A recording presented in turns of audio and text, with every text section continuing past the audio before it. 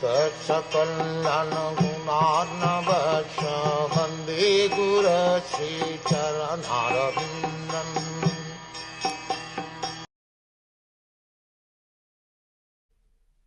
My dear Krishna, your lordship has protected us from a poisoned cake, from a great fire, from cannibals, from the vicious assembly, from sufferings during our exile in the forest, and from the battle where great generals fought.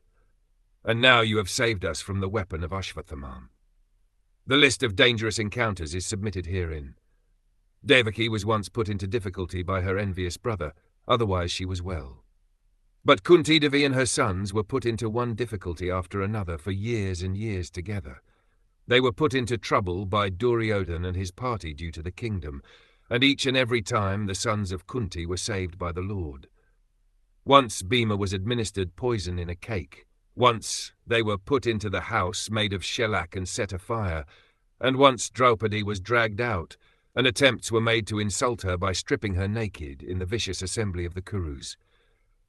The Lord saved Draupadi by supplying an immeasurable length of cloth, and Duryodhana's party failed to see her naked. Similarly, when they were exiled in the forest, Bhima had to fight with the man-eater demon Hidimba Rakshas, but the Lord saved him, so it was not finished there.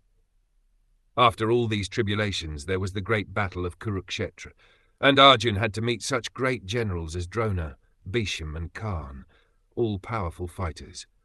And at last, even when everything was done away with, there was the Brahmastra released by the son of Dronacharya to kill the child within the womb of Uttara, and so the Lord saved the only surviving descendant of the Kurus, Maharaj Parikshit.